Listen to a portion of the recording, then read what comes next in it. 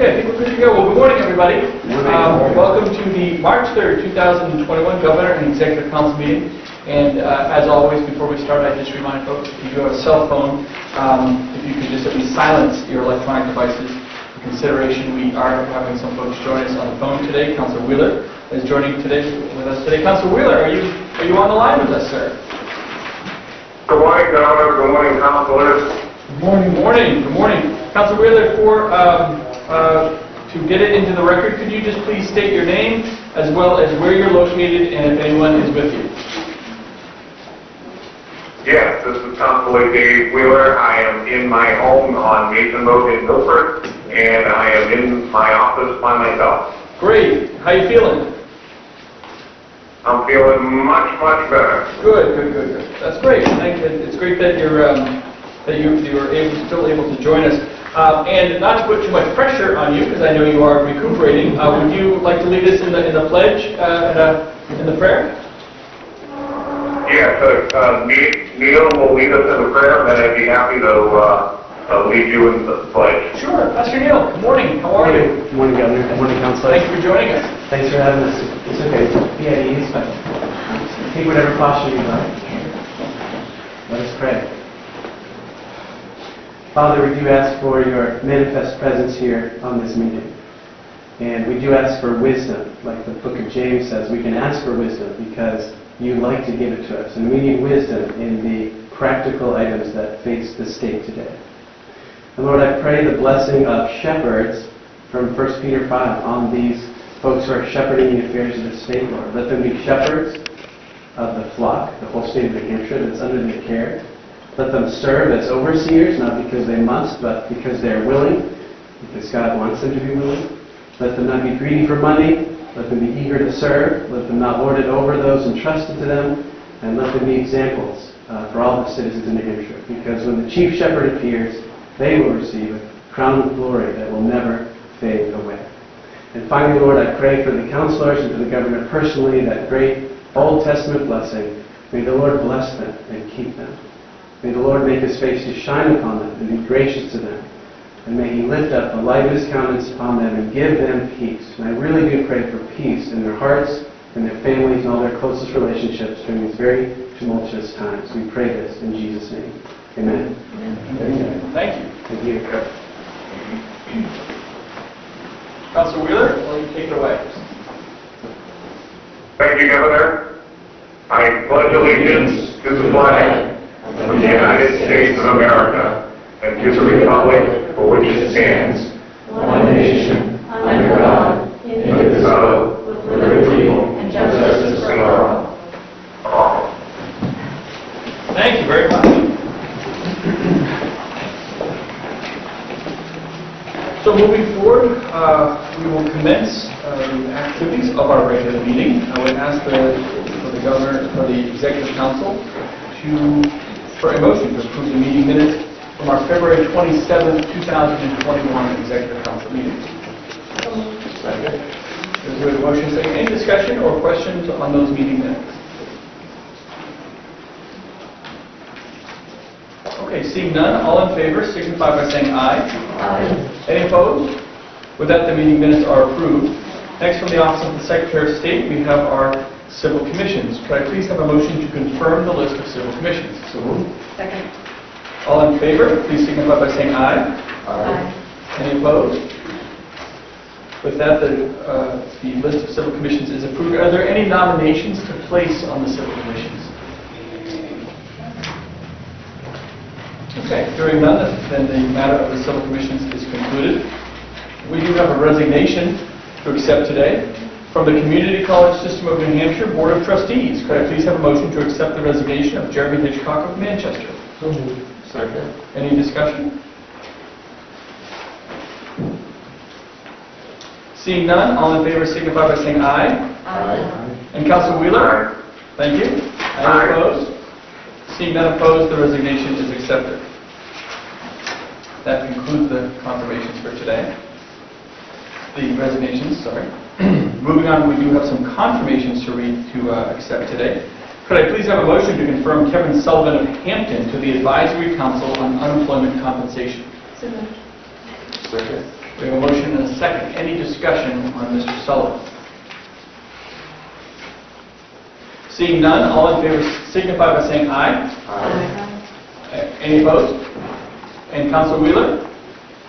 Aye. Thank you, sir. With that, Kevin Sullivan is confirmed. Could I please have a motion to confirm Eddie Edwards of Dover as the Assistant Commissioner of the Department of Safety? Second. We have a motion and a second. Any discussion? Councilor Kenny? Governor, just to say that I had 2 or 3 interactions with Eddie Edwards, looking at his background, serving both in state government, obviously in local law enforcement. I think he's going to be a good fit with Commissioner Twain, who's brought him up for nomination, and he's going to take over a lot of the roles and responsibilities that Freddie Plummer had at the time, and I think he's going to be a good fit. I think he's going to provide a lot of wealth of experience. And I look forward to working with him because he's a man that's very constituent-oriented. He's kind of my kind of guy. I like people in state government who are constituent-oriented, but ultimately, it's not the big issue sometimes, it's the ones and twos that you have to deal with as an executive council that make a big difference. Absolutely. Thank you. Further discussion? Okay. Seeing none, all in favor signify by saying aye. Aye. And any opposed?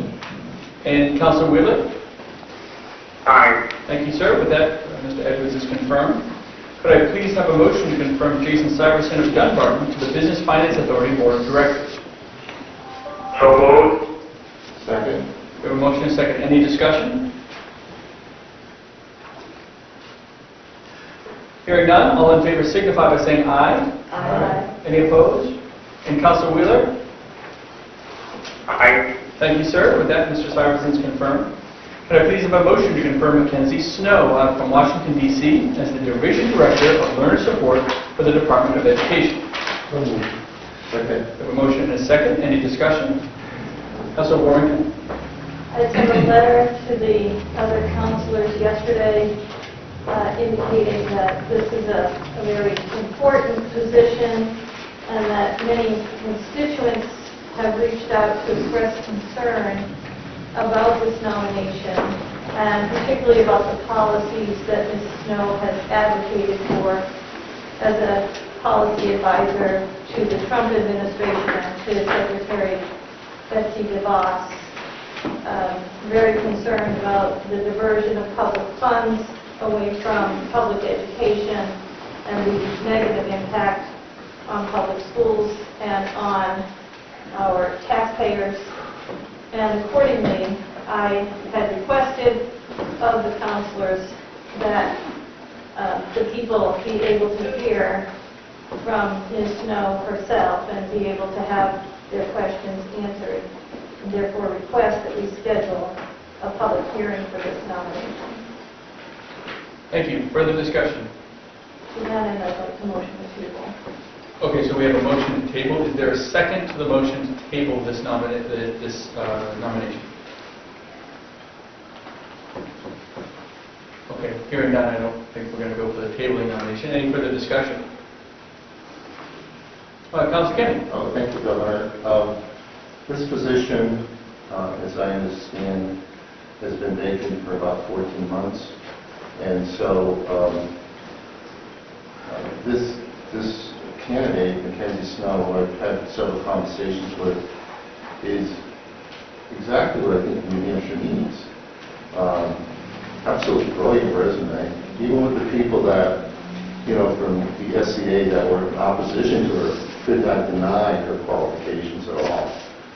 Suma Cum Laude from, as an undergraduate, a Fulbright scholar, someone who is very few people. I wish I was a Fulbright scholar, I just didn't make the grade. But, and her international experience. The mother is a public school teacher, so don't be don't think it's a threat to public education here in New Hampshire because her mom will probably talk to her from time to time. And, but her focus on workforce learning under the 21st Century Program really is inspiring what she's trying to do with high school kids and help them lay the groundwork for them to enter into their careers in workforce. So when I look at the talent, the energy, in fact, she's coming from the outside into New Hampshire and working on the Commission of Edinburgh, I think she's going to provide a lot of great energy, a lot of good insight. And for a young person, she has packed in a lot of experiences, both internationally, domestically, and obviously working in Washington with various policy. And lastly, she worked her way through college and finished it in 3 years. She's very driven, and I love this quote, comfortable questioning the status quo. That's right on her resume, and that says it all right there. She's going to be a mover and shaker, so thank you, Governor. Thank you. Any further discussion? Okay, hearing none. All in favor of Ms. Snow, please signify by saying aye. Aye. Any opposed? Noting the opposition. And Councilor Wheeler? Aye. Thank you, sir. With that, Ms. Snow is confirmed. Could I please have a motion to confirm Kevin Shepherd of Manchester State Oil Fund Disbursement Board? So moved. Second. Any discussion? Okay, hearing none. All in favor signify by saying aye. Aye. Any opposed? And Councilor Wheeler? Aye. Thank you, sir. And with that, Kevin Shepherd is confirmed. Could I please have a motion to confirm Justin Conway of Dover to the State Board of Auctioneers? So moved. Second. Any discussion? Hearing none, all in favor signify by saying aye. Aye. Any opposed? And Councilor Wheeler? Aye. Thank you, sir. Justin Conway is confirmed. And could I please have a motion to confirm Ann Lane of Durham to the State Board of Education? So moved. Second. We have a motion and a second. Any discussion? Hearing none, all in favor signify by saying aye. Aye. Any opposed? No. And Councilor Wheeler? Aye. Thank you. With that, Ann Lane is confirmed. That concludes the confirmations for today. And I believe you're doing a hearings for potential judges today. Is that today? Yes. Yes. Good. Moving on, I do have some nominations to read into the record. As the Assistant Commissioner for the Department of Environmental Services, I nominate Dennis Diesel of Boston, Massachusetts. As the Assistant Director of Homeland Security and Emergency Management, I nominate Grant Nichols of Dover. As the Assistant Medical Examiner for the Department of Justice, I nominate Derek Baumgartner of Phoenix, Arizona. As the Attorney General for the Department of Justice, I nominate John Formella of Portsmouth.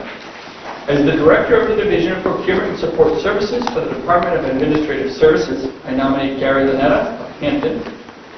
As the Director of the Division of Plant and Property for the Department of Administrative Services, I nominate Karen Rentamski.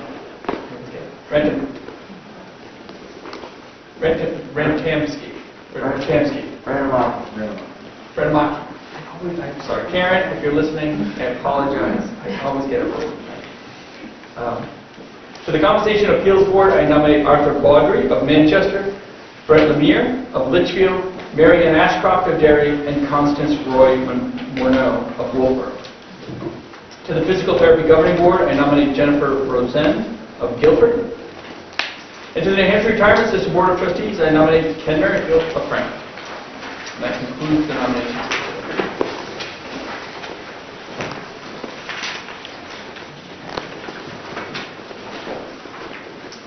So moving on, we have our consent calendar agenda. Is there any, could I first begin by having a motion to adopt the consent calendar? So moved. Second. We have a motion and a second. Any discussion or request to remove any of the items from the consent calendar? It's a short one. Councilor Warmington. Just on item 2A, I think it is just misidentified on the agenda as a business finance authority item when it's actually business and economic affairs item, so that the minutes correctly reflect.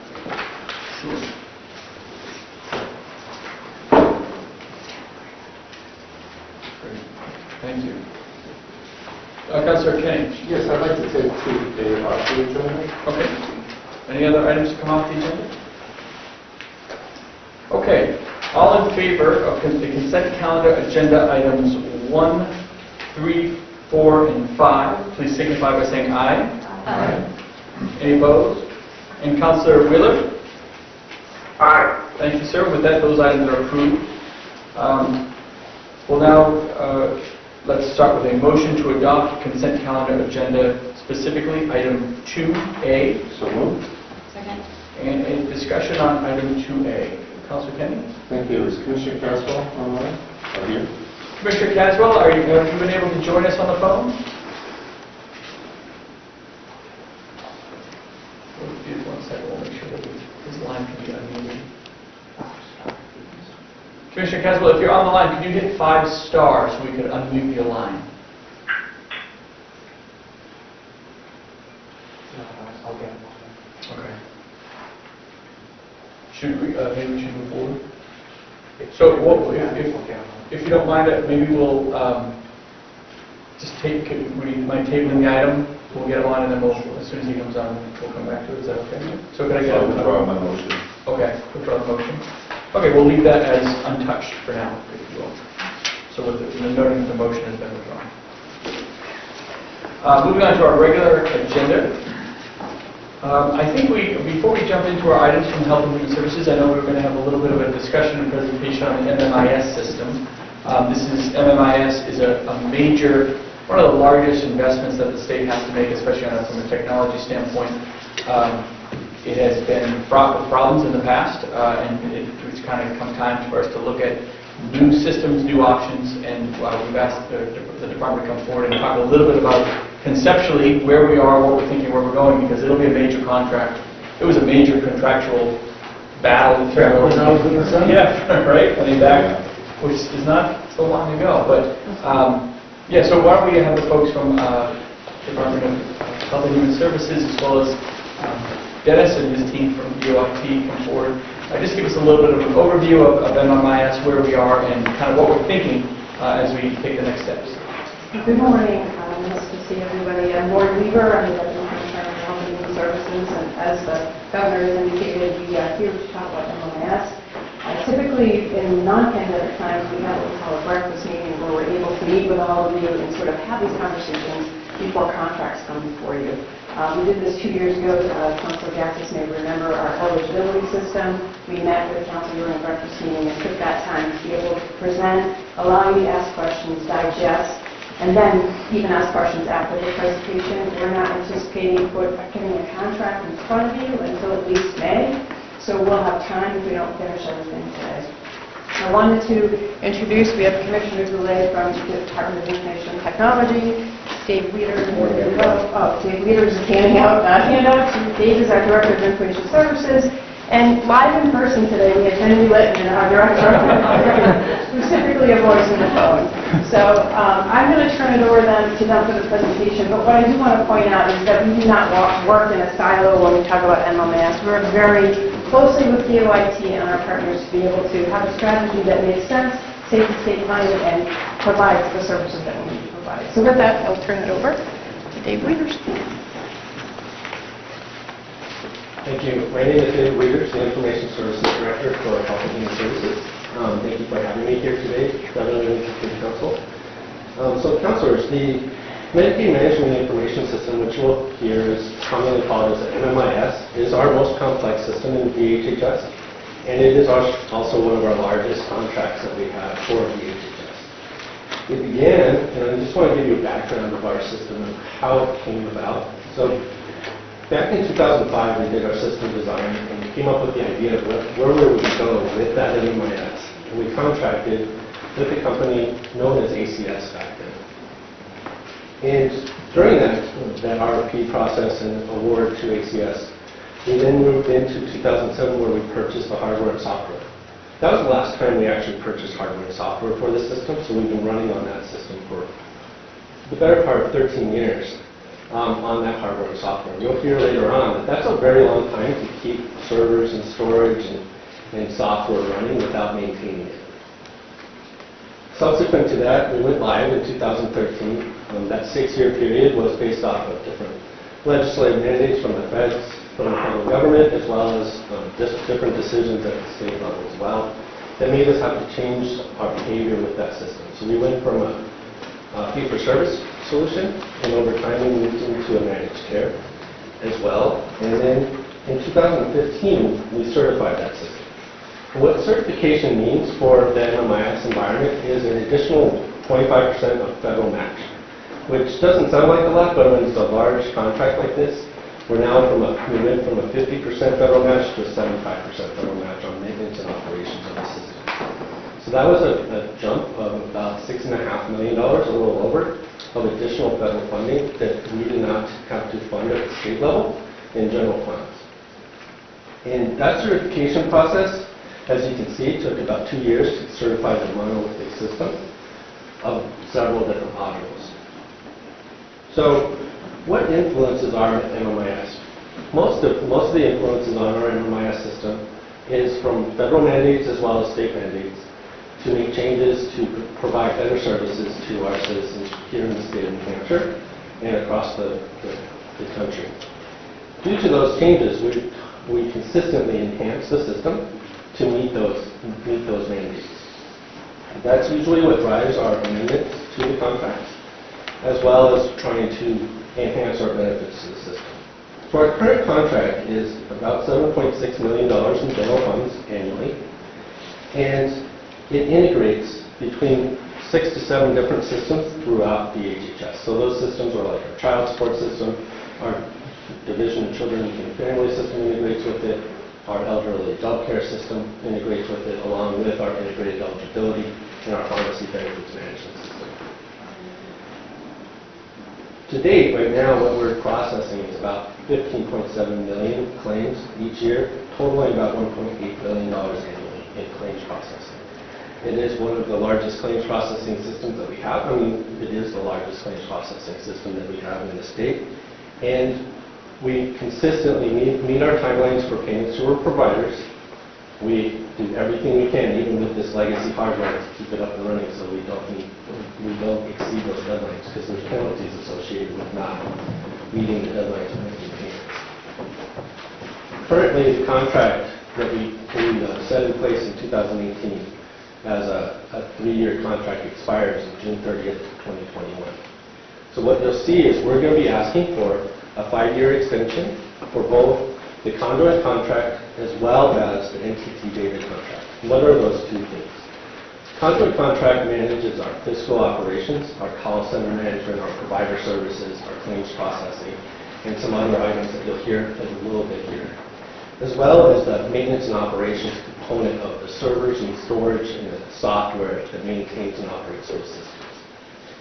And that, what we're looking for that extension for is so that we can do a strategic re-procurement of the system over the next 5 years with the associated capital budget that is currently submitted for review by the House in the governor's budget, as well as a 5-year extension to the NTT data contract. And what that contract is a quality assurance contract by a third-party vendor. It's required by Center for Medicaid and Medicare Services that we have a quality assurance contract that looks at everything we do for enhancements into production of all the changes. We aren't the third party, and Conduit can't be that third party. It has to be another third party contract. So it basically goes hand in hand with that main Conduit contract that we have that's running the system.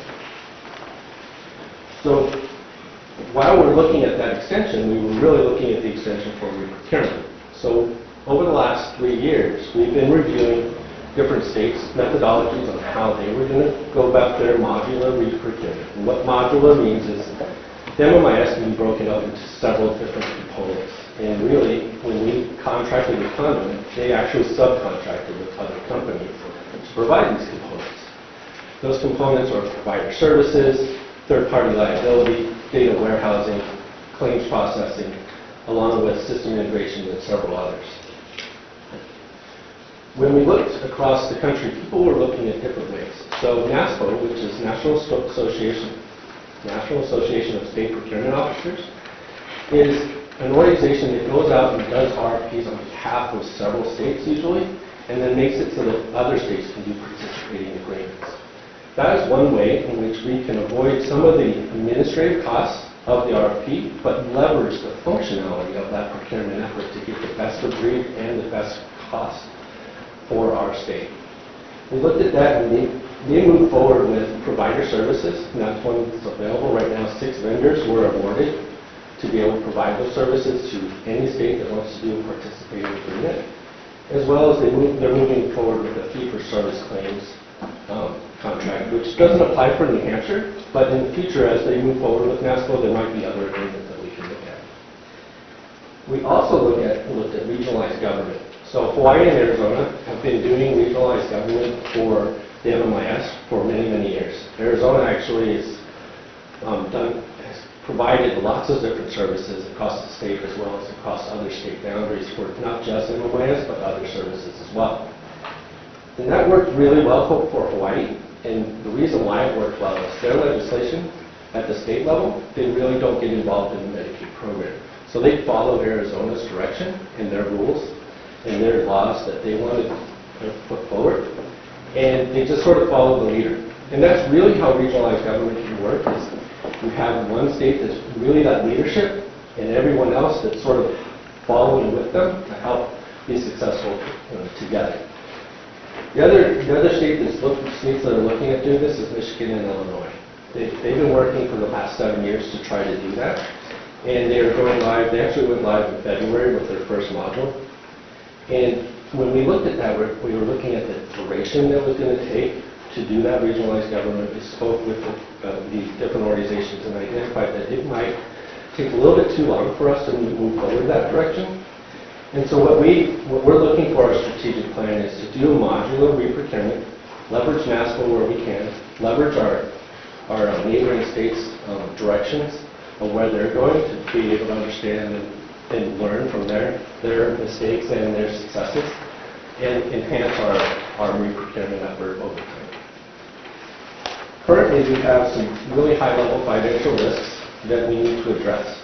The first one is, due to the lack of funding for that or the deferred maintenance that we've done on our hardware and software, we're in jeopardy of losing our certification with Center for Medicare and Medicaid Services, which would be right now $6.6 million in general fund impact if they actually went through with their implications of saying if you don't have a plan and you don't start addressing your hardware and software, we're going to have to reduce our funding because they don't support us having 13-year-old hardware and software. The other one that's an actual real penalty that we're going to be seeing this fiscal year is the electronic visit verification system. So in the previous biennium, we requested funding to implement that as part of the 21st CARES Act, and unfortunately it was not approved through the legislature, and thus we're seeing an impact of this fiscal year of about $840,000 of general fund penalties, and we're estimating it will cost about $566,000 of general fund to implement this system. So the penalties are going to outweigh the cost to implement electronic visit verification. We have a capital project for that, but it is part of the Medicaid management strategy. It wouldn't be part of the conduit contract, just to be clear. And then the final one, the federal government passed a new rule, interoperability and patient access funding rule, which requires us to provide a member portal for people to see all the claims that are processed against their member ID. And we are implementing that with our current contract with Conduit, but it will cost another estimated between $800 and $1 million to maintain each year going forward. And if we're not able to maintain it after July 1st of this year, when our contract expires, we will have up to $1 million penalty in federal matching dollars. So it's basically the penalty outweighs the cost to maintain it. And so what we're looking for is in that contract, that extension, that's part of the added cost that we see going from 7.6 to estimated 9.9 million. Turning the page, just going over the strategies, and I'll try to pick up the pace if you need me to. Let me know at the time as we go. The strategy, as I talked about, there's several different modules. There's the provider services, claims processing. You can see them across the top of your slides here. And each one of those modules are identified as a different procurement. And the reason why we're doing that is part of CMS's strategy was to do a modular solution so that we could go out, RFP separate, and have several different throats to choke, quote throats to choke, so we can hold different vendors accountable, and we're not accountable to just one. So currently, Conduit runs all of these different services, and we're looking at doing that RFP. It's possible that during the RFP process, one vendor might be the top vendor for each module. We won't know until we go through the procurement effort and we score them accordingly. And then, as we go into this, I have Henry Lippman, the Medicaid director. I wanted to make sure that you understood some of the benefits that this brings to the program itself. And he's going to go over some of those and what this system actually does for us. Good morning. I'd like to sort of put it in the terms of your constituents and the calls that you may be getting on occasion about Medicaid. So there are approximately 1 in 6 to 1 in 7 individuals in the state are covered by the Medicaid program at any one time. Today it's about 1 in 7. There's 215,000 plus people today covered in Medicaid. The systems that we're talking about here also pay providers, of which we have 30,000 providers enrolled in the Medicaid program. In terms of the integration of systems, the things that are going on are, 1, tracking who's eligible, 2 is who's enrolled, 3 is what services are they using, 4, what claims are we paying on their behalf. The 5th item is program integrity, making sure that there's not fraud, waste, or abuse. And lastly, most importantly from the state budget standpoint, is the claims. And the system also serves as the basis of a Medicaid statistical information system, which the federal government is working to get in place to compare states both on spending, quality, and performance. And so it's a very important product to be able to have us participate that way. So in terms of federal claiming overall, 54% of our costs are covered through our federal claims process. When you look at the standard Medicaid program, we're covering kids and adults in the program, and 90% federally paid for the expansion populations of the Grant Advantage Healthcare Program. I think that those are sort of the key things that we're trying to make work here, is that we want to serve the beneficiaries well. We want to make sure providers get paid. We want to make sure that the state can make its federal claim. And we want to make sure that we have all the pieces in place, for example, electronic verification, make sure that services are actually provided. And Dave talked a little bit about the penalties. They're actually progress even more over time in terms of the first set of penalties on electronic verification affect personal care services. It's then going to migrate into home care services. So it's, you know, the penalties that we have here are sort of the beginning of what might be if we don't move forward on some of this stuff. Thank you, Henry. So this isn't just contracts. So you'll see the contracts coming before you, but the strategy is bigger than that. So we're also looking at some of the other risks that we have. So for the last couple of years, we've actually had some staffing shortages, which has made it difficult for us to build this strategy. And we basically, over this last couple of years, spent most of my time, as well as our partnerships with DOIT and with our vendor partners in states, to develop the strategic plan. As we address those staffing shortages, we can actually effectuate those projects and do the procurements and the implementations of them, along with the certifications to maintain our federal matching dollars, and then also address potentially unfunded mandates, as well as funded mandates from the state and the federal legislature. The goal here is that we have a 5-year plan. Our 5-year plan would require us to basically maintain our current system and meet any new legislative mandates that we have over the next 5 years with that system, while we're re-procuring a new modular best-of-breed type solution that would not only be the best of breed for our citizens and our beneficiaries, but also be the most cost-effective. We haven't re-procured the system in a while, so we do recognize that there's an opportunity for us to reduce our costs over time, and this is the strategy that we believe we can actually effectuate that change. And with that, the main thing that you'll see in these contracts is addressing lifecycle management and maintaining that system. And our timeline on the last page that we're looking at is right now we're looking at getting the contracts ready for the Executive Council review, as well as our Center for Medicaid Medicare Services review, because they have to approve it along with us for the federal matching dollars. And then in May, we're identifying that's when we're targeting the Executive Council to look at the contracts and hopefully approve them so that we can move forward with this plan. Along with that, we're actually planning to split up the contracts, and I'll hand it over to Commissioner Goulet to sort of talk about why we're splitting up the conduit contract and some of the life cycle management approach. Thank you, David. Good morning, Governor and councilors. So when we looked at the conduit contract, it was kind of a monolith. Everything was in it. And when we look forward to reprocuring a piece at a time, we need to have the contractual ability to take out pieces and put new pieces in while still having conduit support the other remaining pieces and conduit support integration as we go along until we're able to fully turn off that system. So having these two contracts positions us to do that.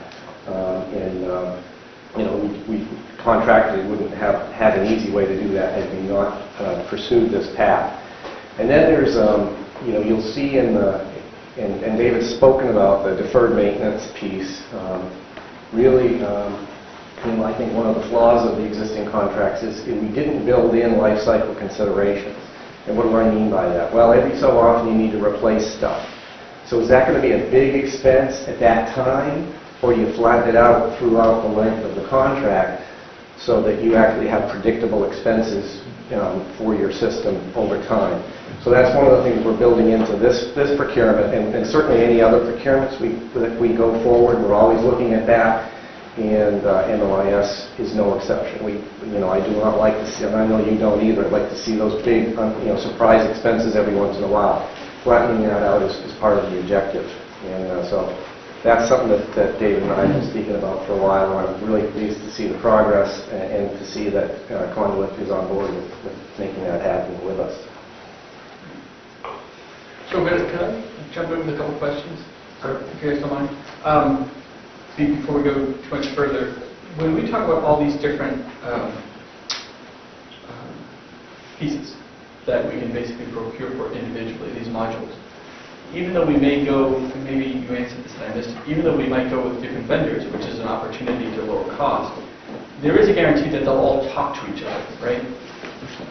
Like really completely talk to each other, as opposed to coming back to the council 6 months later saying, well, we need a patch for this and a patch for that.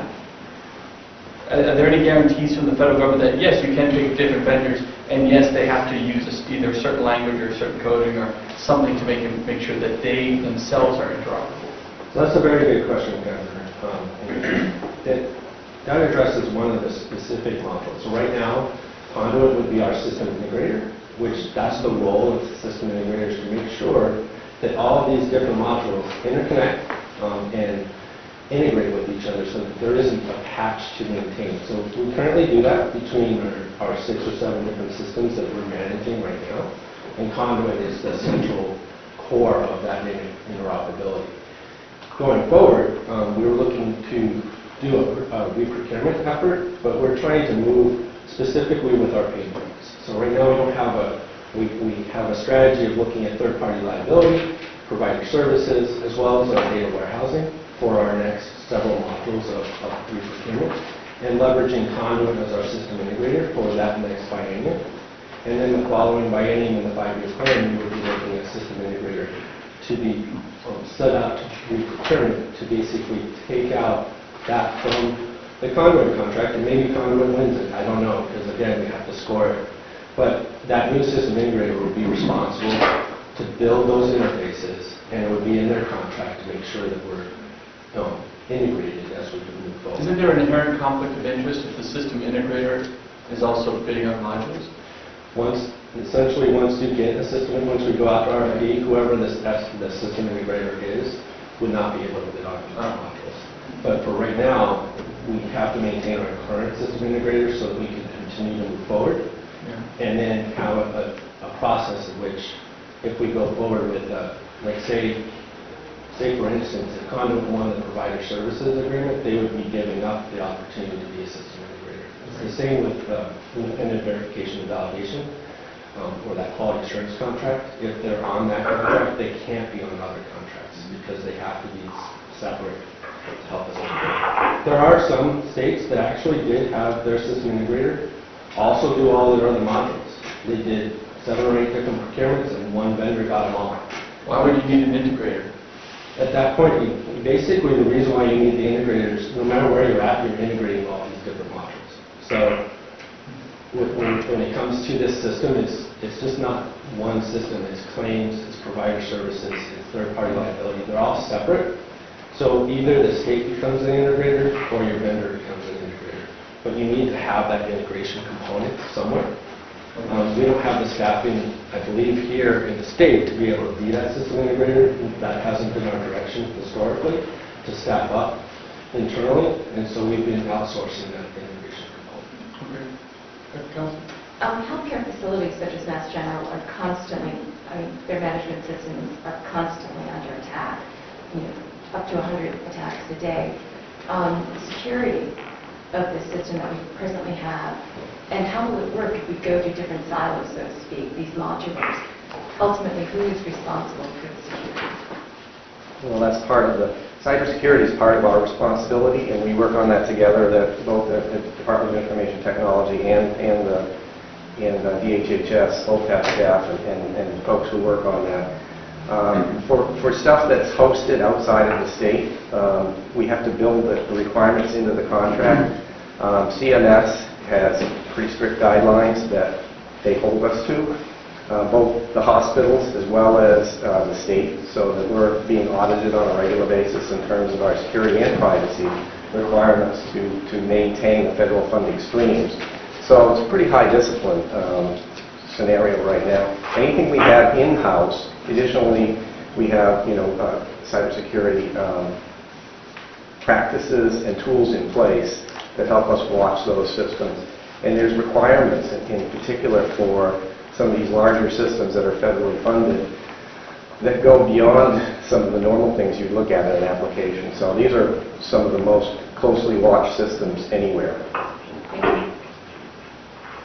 Any good, Councilwoman? First of all, I just want to thank you for coming forward and giving us a heads up about this. This is a complicated contract, so the opportunity to hear about it now and have a chance to ask questions is very helpful, so thank you. Second, you may have answered this, but with respect to the penalties on the electronic verification system, you indicated that that didn't make it through the legislature. Is that something that's in the legislature now, and if so, what bill? So, thank you, Councilwoman, and Councilor Governor. The electronic verification is something that was submitted in the previous biennium that didn't make it through. It is currently in the governor's budget for capital, and it is being reviewed by the House. There's a House hearing this Friday to go over the capital budgets for DHHS specifically. It is one of our priority projects that we need to move forward, that we believe we need to move forward, not only due to the penalties that we're actually going to see here in the near future, but also to be able to improve our services for our state. So it will be heard, and we'll be following along through the process. Other questions? Councilor Jackson? I guess the main question is how are these silos going to be paid? Is it a per member per month basis? Is it a flat fee basis? How will they be paid? When you're referring to the different modules, Councilor Gettis? Correct. So the way that we normally pay those is through a capital project, where we submit that capital project and then we get federal funding from CMS for our federal funding match, and then the rest of the funding is from general fund. So I don't necessarily see it in Henry. I don't believe we actually do a per member per month cost. We don't do, Council Gassis, we don't do per member per month like we do with the MCO contract. There are some things that We pay it based on the quantity. If, for example, if we're going out to pull down and look for verification of some information, there's an occasion where we have to pay on a transaction basis, but that's a very small part of the entire spend. The application, the software and the hardware is paid for directly, as David talked about. So that's changed since this system was put in place. Because when this system was put in place, it was a per member per month basis for the fee. And I can remember asking Commissioner Tumpus if he was ready to pull the plug on the patient that was dying back then. That's something we can go back and research. That is not my recollection of the contract, but I can certainly go back through the contract amendments to see what we have in that history. It would make sense that we would attempt to get all of these silos under control with bid. Because I'm sure that if one company can't bid on another company's work, there's a disadvantage to us. I would think that we would attempt to get everybody to be able to bid, and we could choose whoever the lowest bidder is. Certainly, and so when we address those different modules, each RFP will be open to all the vendors. There are a couple that the federal government, like one that the federal government actually says you cannot have a provider services member or a claims processor be also the independent verification validation vendor. And that basically would decertify our system and negate all federal funding if we did that. So that would be a direct disregard to their guidelines, and so we wouldn't be able to really manage that. And whereas system integrator is sort of more of an approach, and we certainly would evaluate that and look at that, who applied for those or responded to the bids for the system integrator, and evaluate who's the best. The key though is that system integrator, and the governor actually presented the case. The reason why a lot of states are looking at a system integrator being separate from the other modules is potential conflict of interest of them maybe inadvertently making the integration not work as well with their competitors if they're able to also do provider services and claims processing. So some states looked at that and said, we want a system integrator that's totally separate from everything else so that we don't have that conflict of interest and we don't have to worry about, oh, you didn't win this bid, so you're making it harder for us. We don't want to have that nuance, and so that might be an approach as well. So that's what we're trying to look at as we go forward in the next couple of years. That's also the reason why we're looking at system integrator in the third year as the first. And if I could, if let's say for a second money wasn't an issue and we wanted to, just on the capital side, aside from the operational costs, to pay the integrators and the QA quality control folks and just the general upkeep and management of the system. But on the capital side of this, if we were to go after the whole thing, I mean, is this a $10 million investment, a $100 million investment? I mean, I know that's you don't put an exact number on it, but do we have a general sense of how big? And I think it's important for the council to understand, even though we could take this piece by piece, I mean, the number gets pretty large, is my understanding. It does, and it depends on how robust you go. So we've seen estimates from a couple of our different reports for us, as well as other states, between $150 to $300 million of total funds, of which 10% would be general fund. We're trying to keep ours closer to the 100, 150, and so that would be looking at how we leverage some of our existing systems, and that's working with DOIT to identify platforms and breaking the funding across different systems across our department as opposed to just a Medicaid system. We're looking at, is there an opportunity to have one claim system that processes claims for all of our different divisions as opposed to having claims in three or four different divisions. So that's where we can get that economies of scale. And so these contracts might be higher, but you'll see lower contracts in the other big systems. But again, it is a 90-10 split, which means even if it's a $200 million system, we could be online for $20 million. Correct. And the more we break the funds across different divisions, the 90-10 goes down because CMS won't fund DCYF, right, children, youth, and families at 90%. They'll fund them at a lower matching rate. So you'll see some of the capital budgets we submitted aren't 90-10, they're at a lower percentage based off of that cost allocation methodology. What was the cost of the old system? To date, when you're looking through all the However amendments, you want to look at it. upwards of $300 million. If you put in all the costs over the last 50 years of operating costs. operating costs. Over 15 years. Yeah, the original system that came in, wasn't that 60 million? Again, I will go back to that original contract and get that information. I think that's about right, 60 or 70 million for the initial system itself. And then it kept going. It kept jumping, and then also then you had all the operational costs for a dozen years afterwards. That's how it gets to the $300 million. Is there any way that we can go out and do a full procurement on a different company to do the work? You certainly can. Some states look at it as a takeover, but what that was is basically you RFP the full system as it is, and you take over with a different vendor. When we looked at that option, we were trying to figure out what would be the benefits of that. So there's going to be risks for the new vendor to take over, so they're going to bake those costs into the bid. But also there's risks for us in terms of training and educating that new vendor, the 13 or the 15 years of work that we did on the system, and there's additional costs for Conduit to do that transition. You have to bake that in. When we talked to other states that have done takeovers, they basically took them 3 years to do, and then they went into a modular reprocurement right after that. So they ended up spending twice as much money.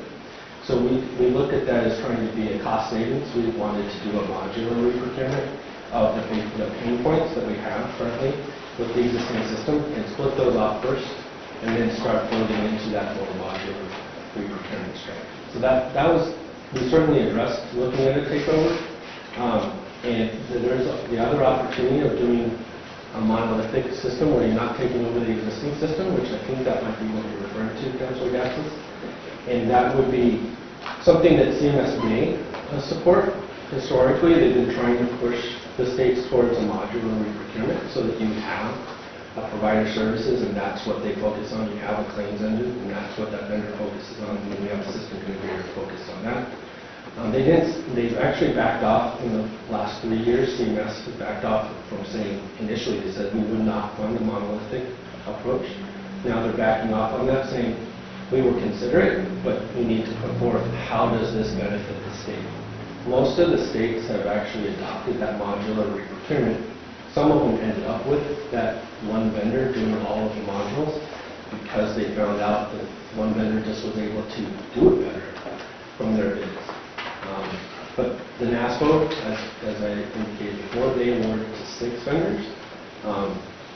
And those 6 vendors are the 6 leading vendors in the industry right now. Conduit wasn't one of them. So Conduit is also a leading vendor in MMIS, but they weren't on that 6th list. Could you confirm or clarify, I believe you stated 5 years for procurement, so you'll be sustaining the current system, then going into implementation, and how long will implementation require? So, thank you, Councilor Stevens, for the question. The implementation for each system depends on the complexity. Claims is going to be our largest implementation timeline. So I can identify that one will probably take anywhere from 18 to 36 months to get done. Provider services, from what we've seen in the other states, is anywhere from 6 to 12 months to implement. Third-party liability is the same. It's about 6 to 12 months to implement. Data warehousing is another complex system that could take anywhere from 12 to 36 months, depending on how complex we want to make it.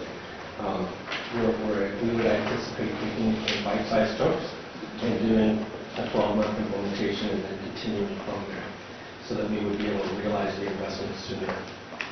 Thank you. Well, the good news is we have time for this a little bit, which is great. I just want to make sure that the time we have down there is, this contract expires in June. they don't bring us something May 31st and said, we got to do it now because it's imperative. I know the last time we were on a system like this, we were talking to other states to see if we couldn't do something together, which would reduce the cost. Have we looked at that at all? We certainly have. Thank you, Councilor Gatsas. We did look at the other states that are actually actively doing that, Hawaii and Arizona, as well as Michigan and Illinois, that have actively done that. We've reached out to Vermont and Maine as well. Based off of some of our complexities of our laws versus their laws, it makes it somewhat difficult to have one system, because now you're configuring one system to do two very separate things. And in other cases, like Michigan and Illinois, in order to get to common ground, it's taken them some time. And when I say time, it's taken them 7 years to get to that common ground of where they can say, okay, we can accept the system as it is and leverage that reduction in cost. So they definitely reduce their costs, but they had to maintain their current system for that 7-year period. And then Arizona is a good option for the state. However, we would need to actively change our legislation to match with Arizona's, because otherwise we would be asking Arizona to change its almost 30-year-old legacy mainframe system to meet our demands, which would increase the cost dramatically. Because it is a COBOL system. It is maintained by COBOL programmers, which in the industry are very hard to find and highly paid because of that. And so it's not something that they're interested in making changes to. There is still opportunities to look at some of the other areas, and that's why we would look at the individual model and say, is this model something you can do with another state? We think that the NASCO agreement is a really good strategy because it takes the requirements of a multi-state consortium and puts it into one RFP so that you can have 6 vendors that can do it 5 or 6 different ways, and we feel that gives us more flexibility to be able to meet it, as well as that reduction in cost. Another way to look at that is, we talked to Vermont, for example, about this, and there's a lot of variability there. So both in Medicaid, MMIS, as well as in other systems I've seen around the country where they attempt to share systems, one state is the kind of the dog and the other states are the tail. And so if you're the dog, you're investing, you're taking all the financial risk up front. But you also get, you have control over the governance of that system, which is really important because the changes that are required in legislatures in these states will then have to go through that governance process. It slows down the implementation of any policy changes. Or we could say, we don't want to take any risk, we want to be the tail. And then we'd be in that position where we wouldn't be taking as much financial risk, but our ability to implement policy changes at the local level would be slowed down considerably because of that. So that's one of the huge challenges of this shared model that we have looked at quite a bit, in fact explored many times. So is it something we should look at and try to get leverage if we can on a module by module basis? Yes, but we need to go into it with our eyes open in terms of not painting ourselves into a corner from a Medicaid policy perspective in the state. Well, I think if I may, Councilor Gatz's point, just keep council posted as we go forward. More information that you are able to share as you go through the procurement process on these initial modules. Let them know, and especially what the needs, if any of those needs may change in terms of the contract extension that will likely be seen in the coming months.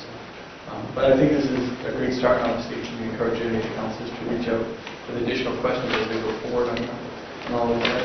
But it's big, it's complex. This is just, I think, the first of many, many, many discussions over the next 2, 3, 4 years on MMIS as we go through the whole process. Well, thank you guys. Thank you very much. Thank you.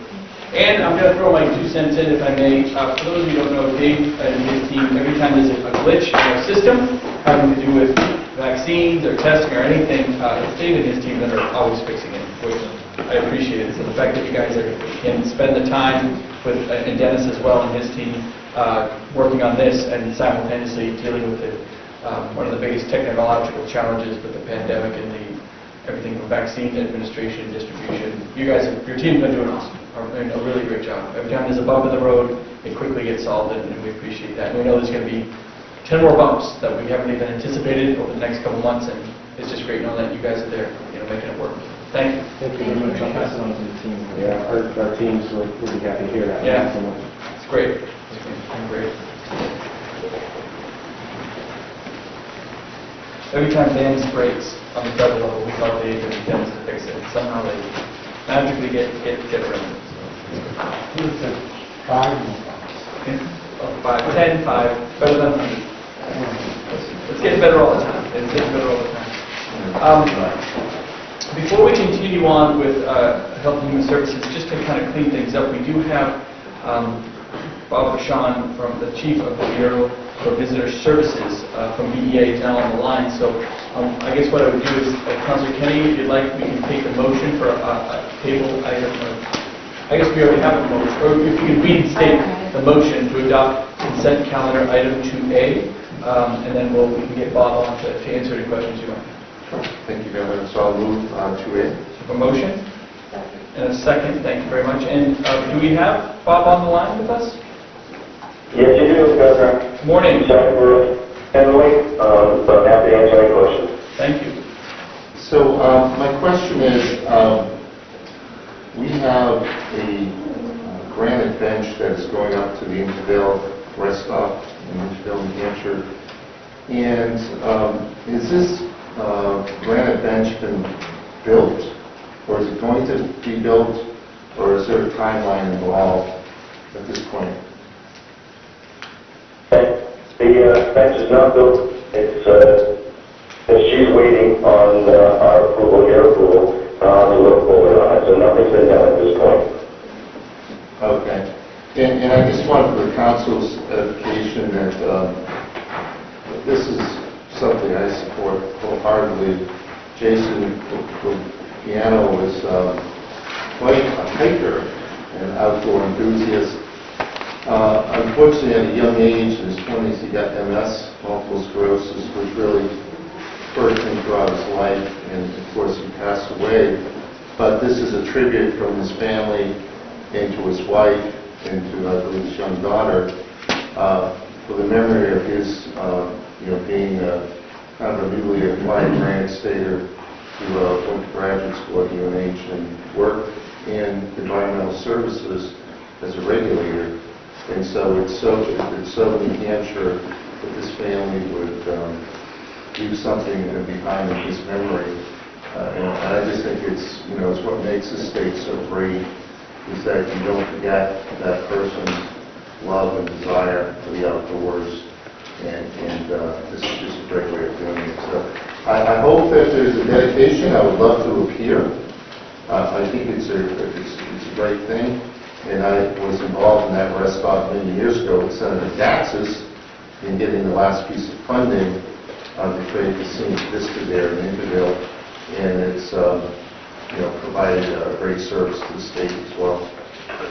Thank you, Councilor Kenny. Any further questions or discussions on consent calendar agenda item 2A? Okay, hearing none, all in favor of consent calendar agenda item 2A, please signify by saying aye. Aye. Any opposed? And Councilor Wheeler? Aye. Thank you, sir. With that, 2A is approved. And we can move back into our regular agenda. We have, can I have a motion to adopt agenda items 6 and 7 from the Department of Health and Human Services from the Division of Financial Services? Second. We have a motion and a second. Any discussion on either of these items? Hearing none, all in favor signify by saying aye.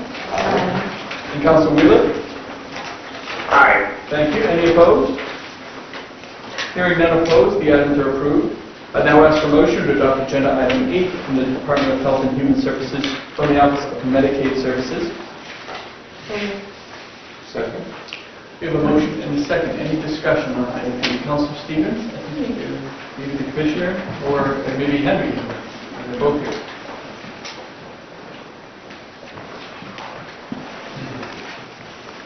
Good morning, Commissioner Shivanathan.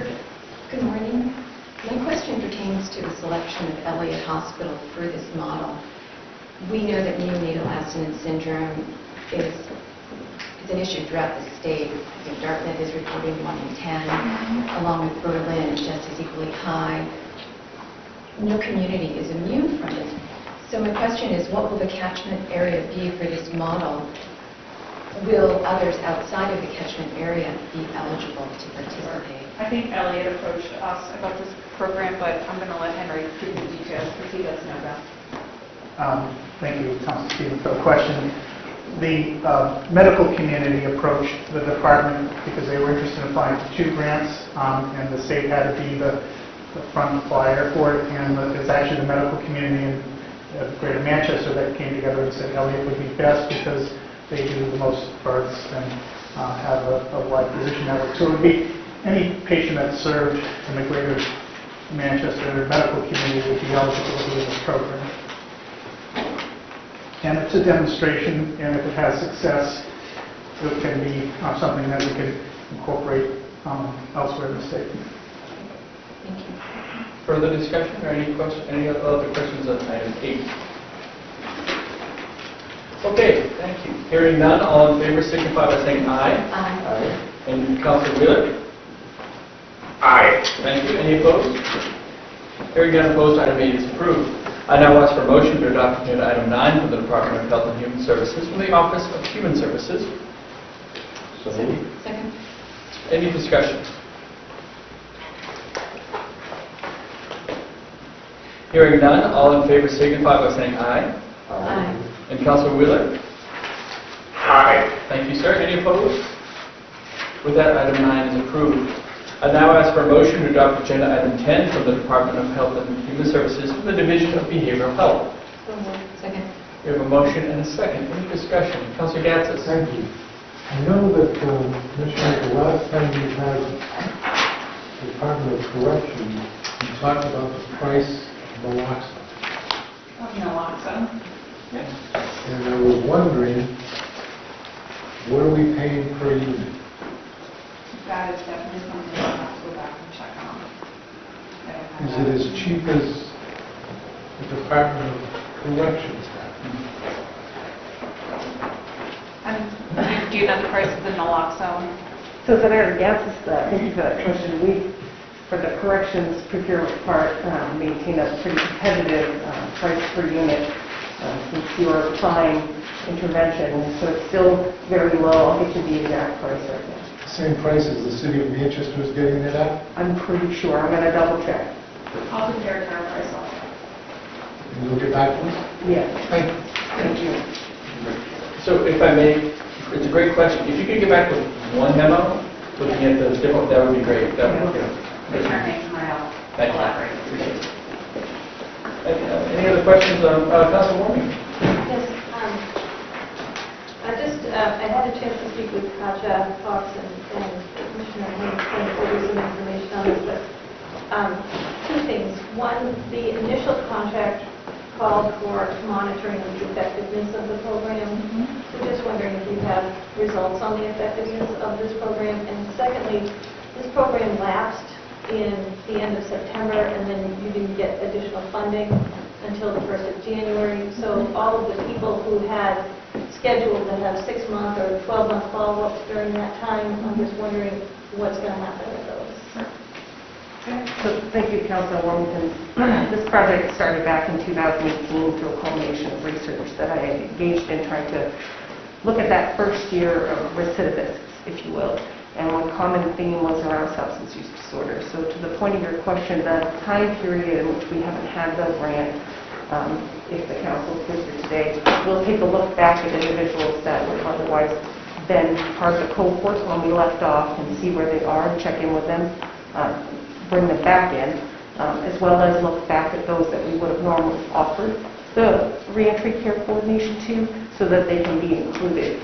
And then we're comparing that data. We have to wait until we get a full 12 months post-release, and we're not quite there on the men's side, and we're not quite there completely on the women's side because it's a rolling 12 months from release. So I'm hopeful to have some good data and intervention measures to look at the impact to see if it's making a true impact. So just to be clear, people that were released during that time period when the funding had lapsed, really did leave without these services. They left without the reentry care coordination. They certainly were still offered the voluntary opportunity to have naloxone if they had an opioid use disorder. And during incarceration, they were certainly offered medication-assisted treatment. The one main gap was the reentry care coordination, case management, because we did have some of those items still on the shelf, if you will, the medications and the naloxone to offer during that 3-month period. And your staff will go back now and try to recapture some of We're going to do our best based on the information we have. It's unfortunate, but thank you for making the effort to resolve the problem that resulted because of the type of funding gap. Thank you. In regards to medication-assisted treatment, Vivitrol, correct me if I'm wrong, I mean, that's an injection, and it's effective for up to a month. And what are you finding is has the greatest adherence for treatment?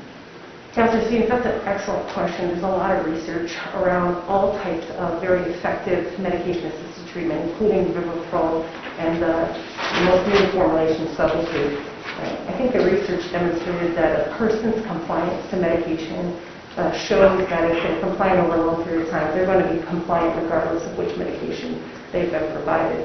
And that has some pretty resounding history behind it. As far as what people want, every patient has a preference. We offer both and are certainly cognizant in the corrections environment that any medication with an opioid in it becomes a potential diversion later. So as far as efficacy, if they're on the med, whether it's Vivitrol, Sublocade, and they stay compliant, they have great outcomes.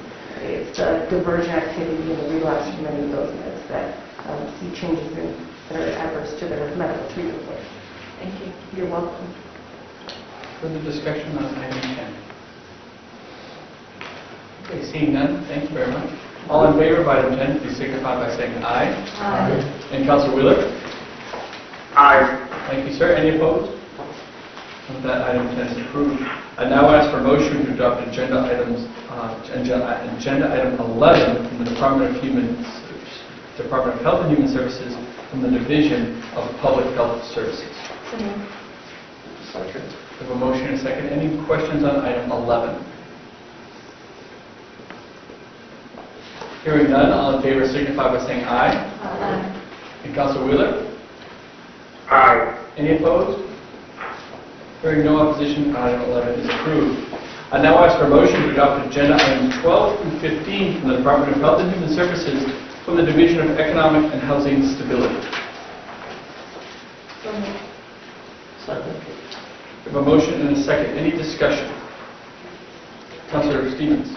On item number 13, I believe there's a violation in regards to personnel not taking employment for 6 months. And we have a former DHHS employee who was with DHHS through June of 2019, but in August of 19, she joined Community Alliance.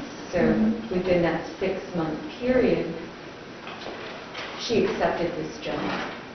And that's Robin Malchina. So she's working for a private entity. Exactly. And There's a 3-month period. You just have to waive for 6 months. But again, she left DHHS in June of 2019. August of 2019, she was working with a vendor. Okay. And you're saying that there's something... Yeah, Something personnel, 7.2, the contractor shall not hire, contractor, et cetera, for a period of 6 months. All right, I will take a look at that. The contractor shall not hire a DHHS employee for a period of 6 months after they leave our employee. There's, exactly. I can take a look at that. Sometimes I believe that they hire, but they don't place them on the project. So I question whether that's the case, but I'd have to definitely look into that a little more. I haven't run into that before. Thank you. So you're okay moving forward? Yeah. You're not? Okay. Councilor Gassis? Thank you, Governor. Number 13, I'm looking at the completion date from June 30th, 2021 to July 31st, 2021. And we're spending $200,000 for 1 month. That's over 30% of what the entire contract is. If I have Chris Santinello on the phone, she can explain exactly what that money is for. Do we have, Chris, are you on the line with us this morning? If you could press 5-star, you could raise your hand, and I think Fallon will help identify you. Ms. Fallon? Good morning, this is Chris Santinello from the Department of Health and Human Services, Division of Economic and Housing Stability. Good morning, Governor and Council, and thank you for that question. I will need to look into this because we are extending the timeline, so I'm going to have to go back and look at all of these details. This is a centralized data collection, and we're required to do this through HUD, and HUD gives us a number of vendors. So I'm going to have to go back and I can look into those details for you regarding the increase. So correct me, Because it doesn't look, from what I'm looking at, it looks like the increased amount is $59,000, but I have to look at all of that. When I look down at the increase-decrease number, it looks less than that, but I will look at that. Motion to table. So we have a motion to table. Second. We have a second. All in favor of tabling item, sorry, what item is this? 13. This 13, right? All in favor of tabling item 13, please signify by saying aye. Aye. And Councilor Wheeler? Aye. Thank you. Any opposed? With that, item 13 will be tabled. And we'll try to make sure, again, any information goes to the full council. That'd be great. Yep. Thanks, Chris. Any further questions, Councilor Stevens? In regards to item 15, I applaud you for bringing this contract forward. The New Hampshire Coalition Against Domestic and Sexual Violence, they have 157 beds. This housing is so critical to meet their needs, especially during the pandemic. Social distancing issues, as well as an increase in domestic violence issues. They have turned away over 1,764 victims in 19. Of those were 579 children. I just applaud the work that the agency is doing, overseeing 13 facilities, and again, I thank you for bringing he's this. been a very important partner for the department, and we work hand in hand with them through COVID to try to help them with a lot of this work. So I agree, very important agency in our state. Further discussion on any of these items? Okay, hearing none, all in favor of items 12, 14, and 15, please signify by saying aye. Aye. Councilor Wheeler?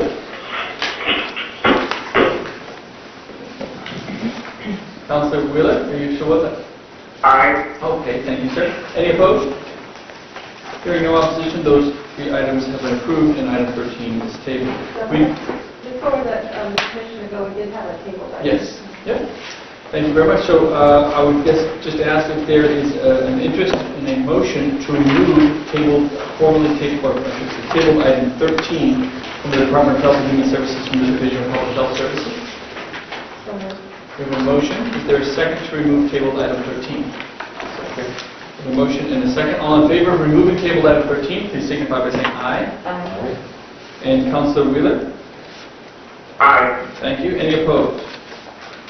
Okay, hearing no opposition, item 13 is removed. Could I now have a motion to adopt formally tabled item 13? So moved. Second. We have a motion and a second. Questions on this item?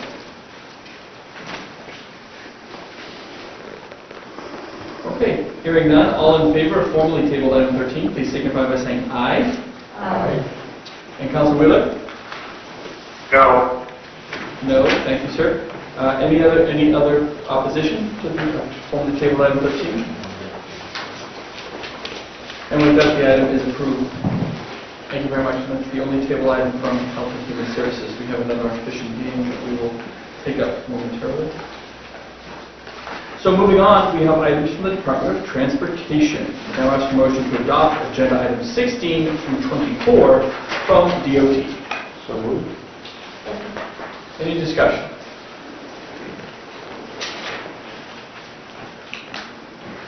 Oh, Councilor Gaddis. Notice that 16 and 18 have to do with exit 4A. Good morning, Governor, Councilors, for the record, Victoria Sheehan, Commissioner of DOT. So can you tell me how close we are to doing the procurement for all the pieces of property for exit 4A? So we are still working through the conclusion of the full acquisition, while in parallel we're starting the work to do the partial acquisition and secure all the other easements necessary for construction.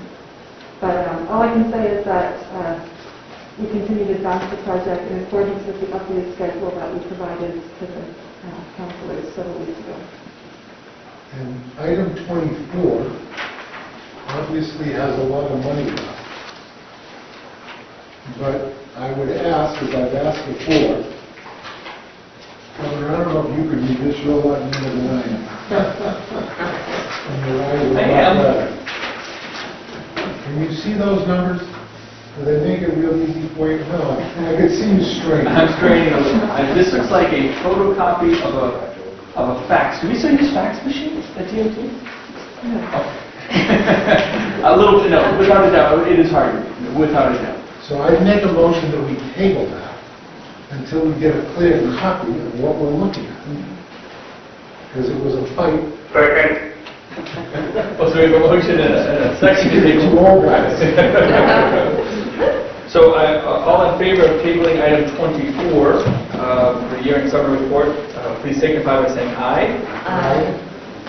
Councilor Wheeler, I guess I'll take that as an aye from Councilor Wheeler. Aye. Thank you. Yeah. Any opposed? Okay. Well, that item is tabled indefinitely until we get a clearer copy. I'm happy to mail you larger scale hard copies. We normally send our items to admin services, but we'll mail them directly to you. That'd be great. And the 16 and 18 was 4A. How close are we getting with the selection process that's coming before us? So we have selected the vendor. We're currently negotiating the final scope and fee, and that contract will come before you, as I said, at the last council meeting.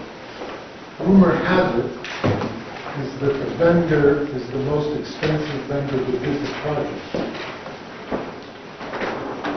So I am not able to discuss the bids that we received from the design build team in detail.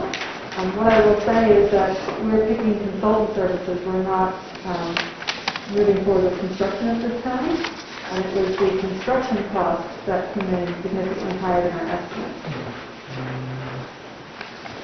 Right. And the vendor that's doing the work, or did the work, or did the, whatever you want to call it, had the company that was the most expensive. Like I said, unfortunately, I'm unable to talk about the design bids in detail. And as soon as the topic run out of that, I'd be happy to talk about it at some point in the future. We just have to be very careful in what we share at this time.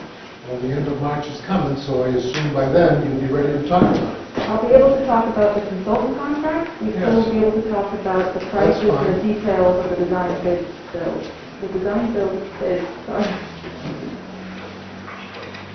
Well, just in that item 24, there was $9 million that was left over in all those projects. We're getting closer and closer to funding 4A. The one thing I would say is that is our unspent contingency across our entire program. So that includes unspent turnpike dollars, betterment, SB 267, and federal funds. It's not that we can just take those dollars and direct them to one particular project. A lot of money. Additional questions? Any additional questions for the Commissioner? Okay, thank you, Commissioner.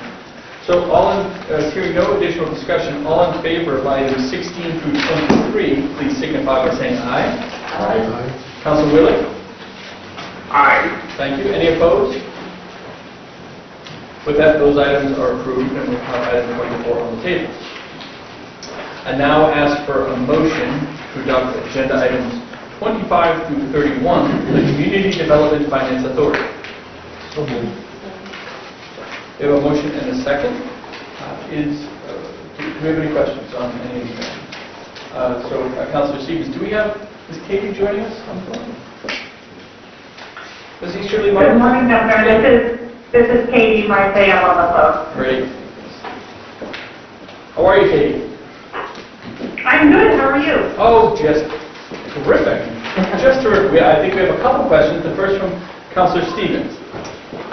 This is an incredibly exciting project in which you're bringing all three sectors to the table. I have a question regarding an employment commitment. It states in this contract that there's an informal agreement in which 25 jobs will be created and 15 will be allocated or designated for low to moderate income residents in the area. And so I'm seeking clarification on the permanence, how long this is going to be in effect, and whether this increase in jobs is dependent on the expansion and what that expansion will be. I apologize. Councilor, what number? 29. 29. Okay, I apologize. Thank you. This is... Yes, absolutely. So we agree with, I'm sorry, this is again Katie Shirley Marte. I'm the Executive Director of the Community Development Finance Authority. And thank you for your question. We too are really excited about this project because without the investment of the Community Development Block Grant, this expansion that allows for the business expansion, the sewer expansion would actually not be possible. And as you can see, there's significant resources being committed by the town, but they weren't able to fully fund it. And so this additional funding allows this project to move forward. We're excited that there's actually more jobs committed based on this project. But within the grant period of the Community Development Block Grant, that's where they committed to creating these 25 jobs. And so the jobs need to be hired within the grant period, and the grant period is 18 months. Thank you. Councilor Kennedy, did you have a question? Thank you, Governor. Katie, this is Councilor Kenny. How are you today? I'm good, Counselor. Thank you. So my Hope you are as well. Thank you. My question is on contract 30. I see that the county of Grafton applied for $421,000 for this kind of micro grants, I believe, that's going to be broken into 3 organizations, which I believe Economic Development Council, Laconia, Northern New Hampshire Investment Corporation, NCIC, in Lancaster, and the Women's Rural Entrepreneurial Network, WREN, located in Bethlehem. In the last one, the Women's Rural Entrepreneurial Network, can you give me a status on that organization? Because I know a few years ago they were having some financial difficulty. Yes, absolutely. Thank you for your question. And still to do full financial and programmatic underwriting, so we do have a good up-to-date information about both the finances of the organization as well as the leadership. There is a new executive director in place, and we've seen good progress for them to be rebuilding the organization, really focusing on programming for small micro-entrepreneurs as a core of that building. And we've seen in all of the reports that they provide that they are providing services to small businesses.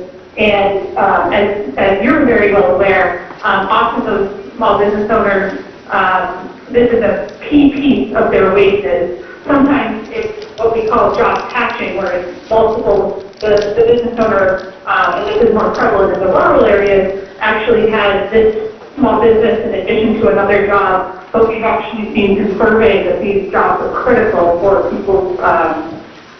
people's income. So we're really happy that this organization, as you said, did go through some pretty significant downsizing, including divesting from some assets in Berlin and other places, but that we do think that they're on a good path, really focusing on technical assistance for small businesses, which we know is really critical.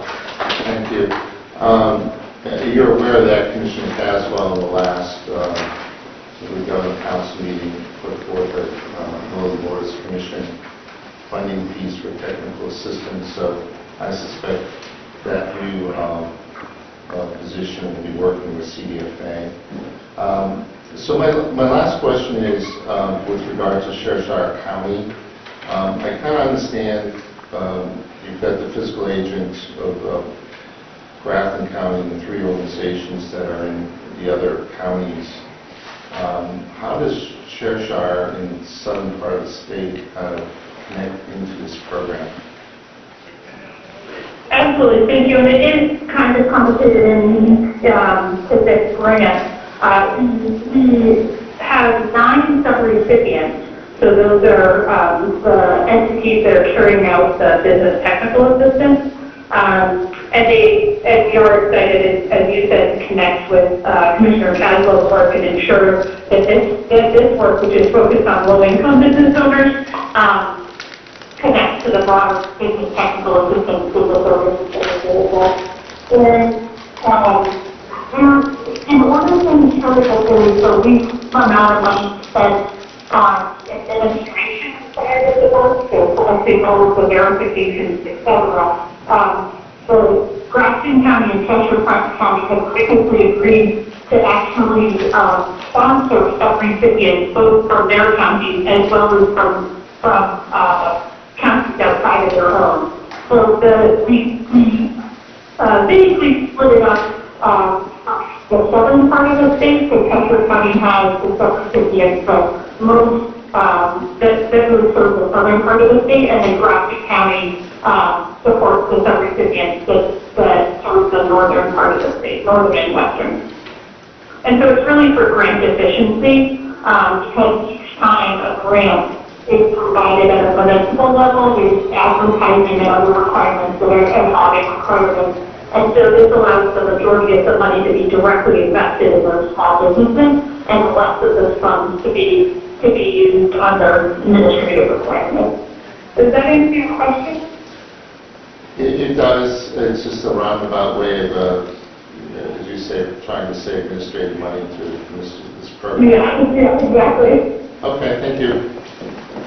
But it's one of the real benefits of Stevens. We actually bring these small business entrepreneurs together on a monthly basis to be sure that they're using the latest information as they're working with those small business owners. So they're coming together as a full network across the state. And so although they're kind of split in these 2 grants, we really see them as a full statewide network. Thank you. Yeah, thank you. Thank you. Further questions on items 25 through 31? Okay, hearing none. All in favor of items 25 through 31, please signify by saying aye. Aye. And Councilor Wheeler? Aye. Thank you. Any opposed? And with that, those items are approved. Thank you, Katie. Thank you very much. You bet. I now ask for motion to adopt agenda item 32 from the Department of Information Technology. So moved. Second. So we have a motion and a second. Any discussion?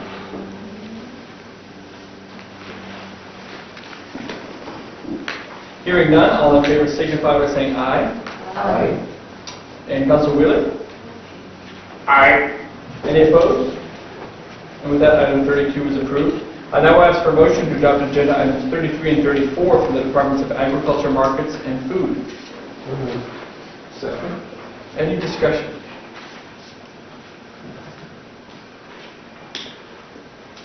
Hearing none, all in favor signify by saying aye. Aye. And Councilor Wheeler? Aye. Any opposed? And with that, those items are approved.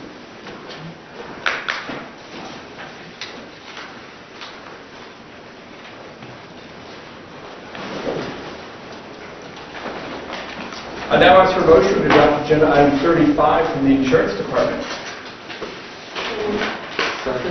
Any discussion?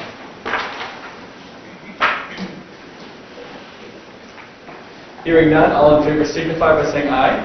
Aye. Councilor Wheeler? Aye. Thank you. Any opposed? With that, item 35 is approved. I now ask for a motion to adopt agenda item 36 from the Banking Department. We have a motion and a second. Thank you. Any questions on item 36? Hearing none, all in favor signify by saying aye. Aye. Any opposed? That item. Aye. Oh, thank you, Councilor Wheeler. I apologize. I was a little slow on my game. Thank you. Hearing no opposition, item 36 is approved. I now ask for motion to adopt agenda items 37 through 39D from the Department of Natural and Cultural Resources. We have a motion and a second. Any discussion on any of these items?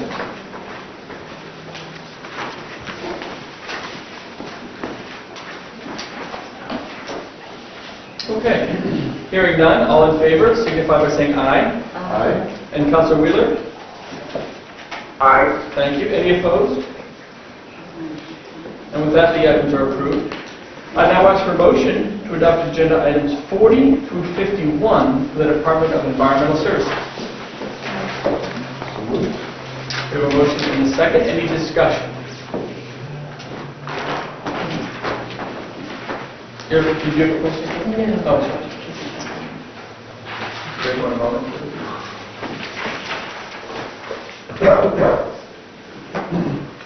Hearing no discussion, all in favor signify by saying aye. Aye. And Councilor Aye. Wheeler? Thank you, sir. Thank you. Aye. Voting on topic number 40.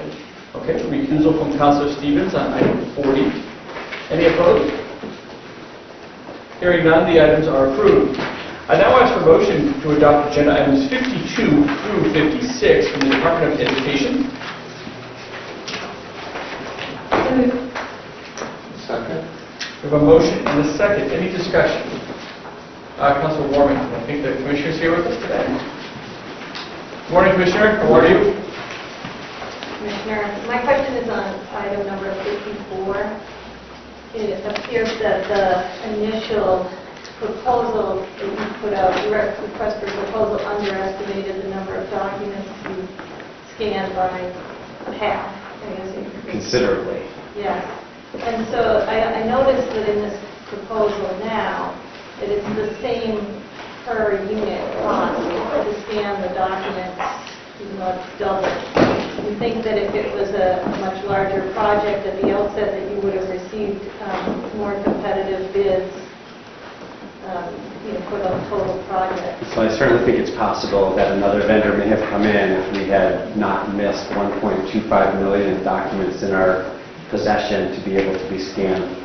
In the conversations that we've had with the vendor relative to this, they talk about it being a per, it doesn't matter, every time you have a document, you have a person who's there who's actually doing the processing. And so they didn't anticipate that there were economies of scale through volume in the process, but we did attempt to cause a lower price for this. Did you verify that in the industry, that that is the norm, that you would not have a lower per unit cost if it was much higher volume? I did not, and I'm happy to go back and try and re-ask that question if you like. It just seems that if this is a completely different scope project. I don't know what it costs you to put it out to bid. I don't know if it, would end up costing the state more money to go through this process. But really, that's where the question lies. So, the cost of going out to bid would be some amount of internal cost, probably more than anything else would be the time frame. So we would now be operating kind of with a paper-based system and a scan system, which would create the requirement for some procedural changes in the agency while we're going through that. I can also then reapproach the vendor and see if I can get some further concessions from them. I'm not sure that would be successful or not.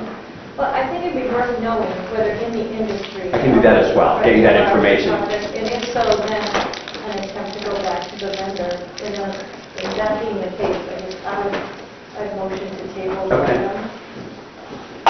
So we have I apologize, I believe this was 54, is that right? Correct. Yeah. So we have a motion to table item 54. Is there a second? Second. We have a second. All in favor of tabling item 54, please signify by saying aye. Aye. And Councilor Wheeler? Aye. Thank you. Any opposed? With that, item 54 is tabled. Thank you very much. Great, thank you. And we'll get you that information. Thank you. I have a question. Okay. Sure, go ahead, Councilor. I also have a question on 55. Just, is this an ongoing system that this vendor is maintaining? It is. This is our credentialing system. It has been around for a long time, and we've done a number of improvements over the years, and this is going to continue that improvement process. As an example, a couple of years ago, we were actually, I might have demonstrated this for the council at the time. We used to print and mail 85,000 educator certificates to the people's homes. So we digitize that now so that educators, we don't have to charge a fee to the educators who want another copy of their credential, and they can go online and they can get their own and they can print it. These are continuing enhancements in that process. Ultimately what this will look like is not unlike something if you order off of Amazon and you know that your order is placed and you get a text message when they're processing it, they text you when it's on its way, so that it will kind of monitor that process and notify our educators across the state as to how their application is moving through the approval process. It will also tie in the approval process, you're required to get certain other people to participate. For example, superintendents have to certify those educators, and so it will allow them, rather than a phone process of letting people know that they're certified, they will also have an automated process to be able to authorize those credentials to go forward. So it's really just modernizing the system. It's a very expensive contract. It's a $200,000 a year contract. It's like a single member LLC. You put out for an RFP, but you only got the one response. Is that just because this is the company? It's so unique. Product it is, yeah. Right, it's a very unique thing, but I did insist that we put it out to bid to see if we can get somebody else to work on it. All right, thank you very much. Thank you. Further discussion or questions for the Commissioner on any of the items for the Department of Education? Okay, thank you, Commissioner. Seeing no further discussion, all in favor of items 52, 53, and 55, and 56, please signify by saying aye. Aye. And Councilor Wheeler? Aye. Thank you. Any opposed? Hearing none opposed, the items are approved. I now ask for a motion on agenda items 57 through 62 from the Department of Safety. So moved. Second. We have a motion and a second. Any discussion? Councilor Stevens, I think the Commissioner is here. Good morning, Governor and Council members. Bob Quinn from the Department of Safety. Could you go into greater detail exactly what the J1 network provides? And the other question I have is, in terms of a driver's license compact, our neighboring state, Massachusetts, is not a participant.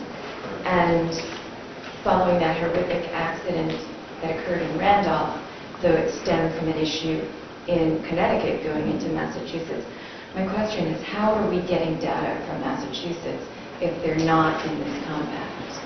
Sure. Well, thank you for the questions. Those are two questions. I'll take a shot at the latter with the DMV first. So we are moving forward.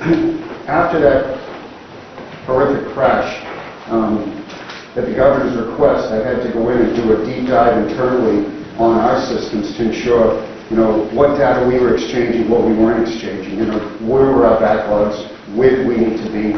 So we have, we are working on the state-to-state compact, and the state-to-state information sharing agreement will allow us to do that. Right now, there is an exchange on the commercial violations, but the automated one will be in place for the passenger violations. So if you were to get a ticket in Texas, how do we know when the conviction, goes on the books that it's integrated into our system? So we are moving forward on that. We have we're looking at we are working. I had a conversation this week on the contract with them on the state-to-state with them. So we are moving forward. But what we have been doing is we built our own exchange with the Commonwealth of Massachusetts.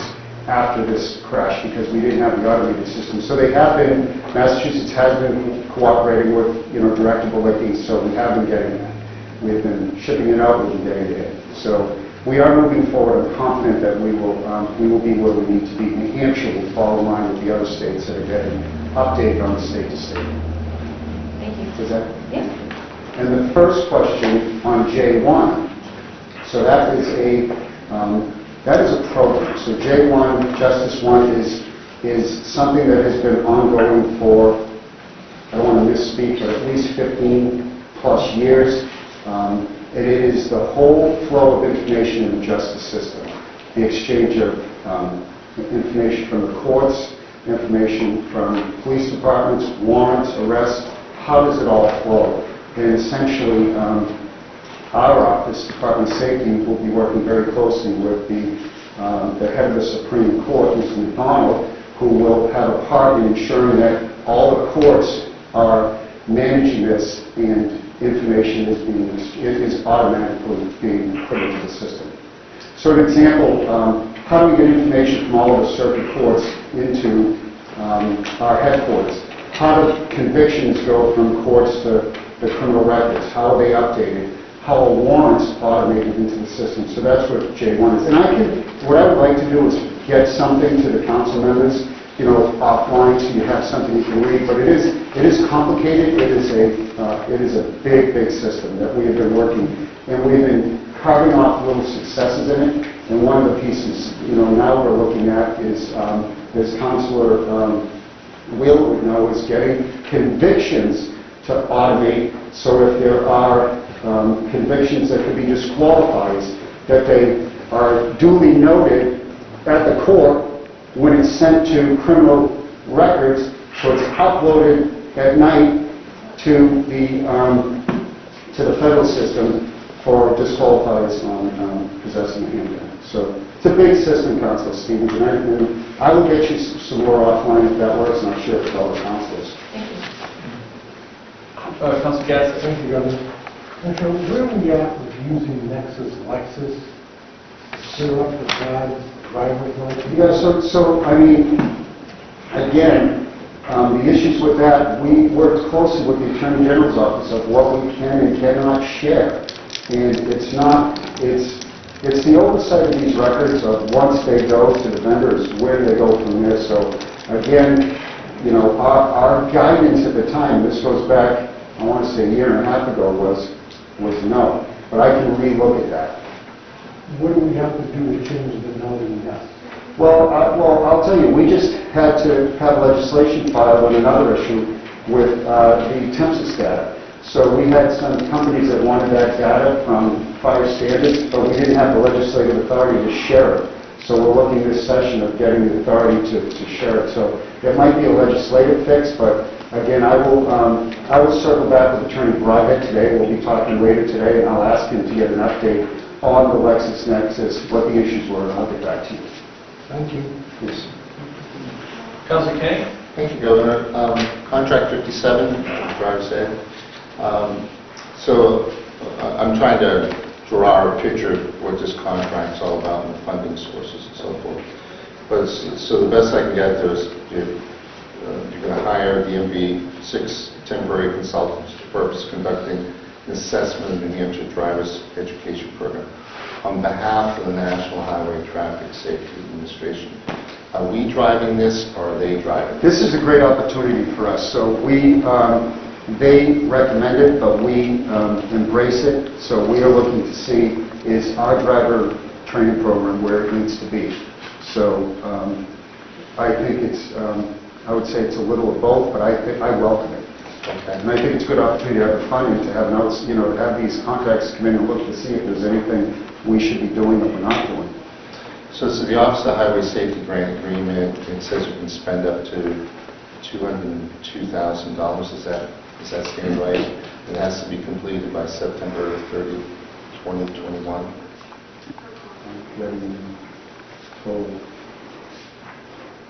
So I guess my question is that enough time? I have not heard that it isn't enough time, but I will check back. Okay. And then There seems to be, from time to time in the legislature, always driver's ed initiatives. I know Representative Lang has one, I believe, is talking about, more parental involvement with the actual driving with the son or daughter. And so, are you supporting any driver's ed education in the legislative side this time around?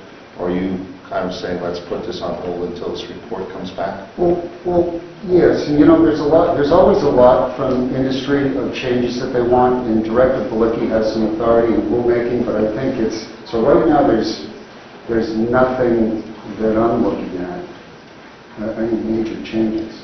Okay. So there's two issues here. One is, what is the program? And two is, there's some guidelines for how these driver ed programs are run. So if you're looking at, this is the whole driver ed assessment. Right. So it's actually two contracts. One is, if I'm reading this right, is the assessment of the New Hampshire driver's ed program. Right? And then you have driver education assessment amount of $20,000. Yes. So is this overall contract $20,000, or is it more than that? Because I'm reading something in here that says you can expend up to $202,000. I thought There's a limitation.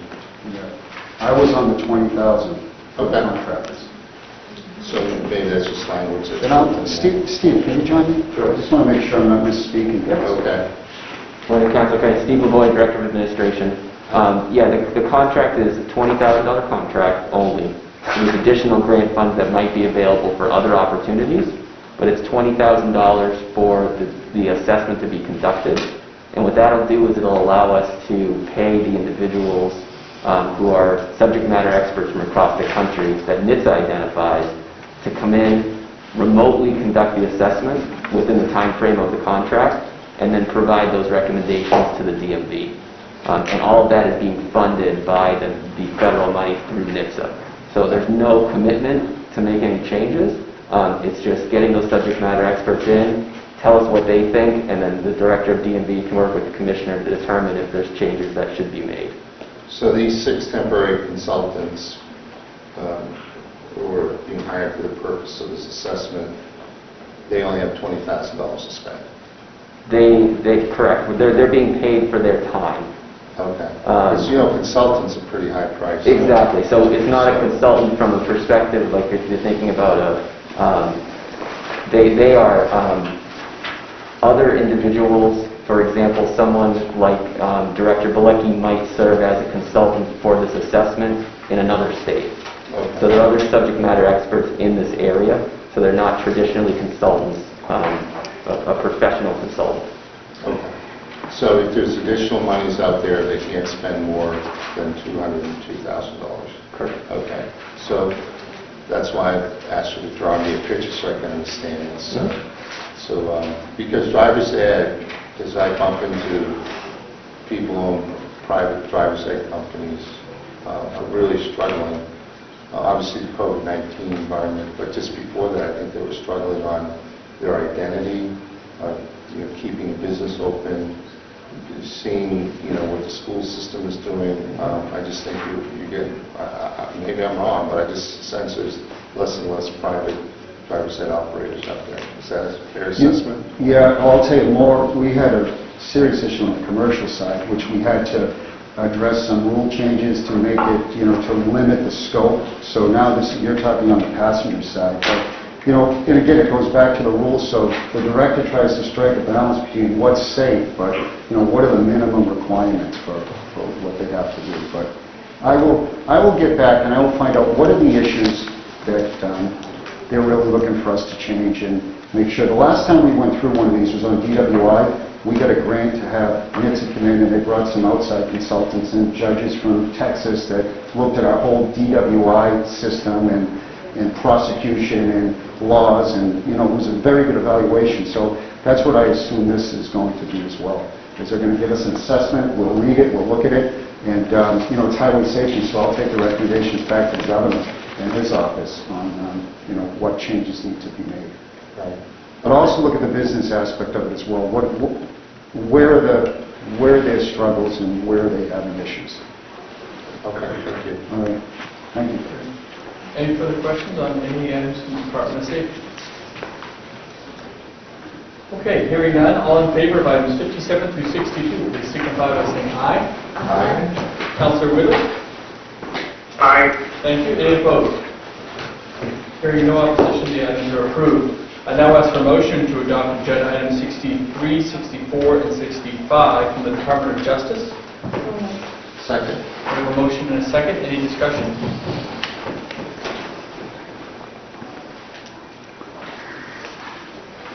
Okay, hearing none, all in favor signify by saying aye. Aye. Any opposed? And Councilor Wheeler? Aye. Thank you. That the items are approved. I now ask for motion to adopt agenda items 66 through 70 from the Department of Administrative Services, noting that item 69 has been removed by the department. Second. We have a motion and a second. Any discussion on these items?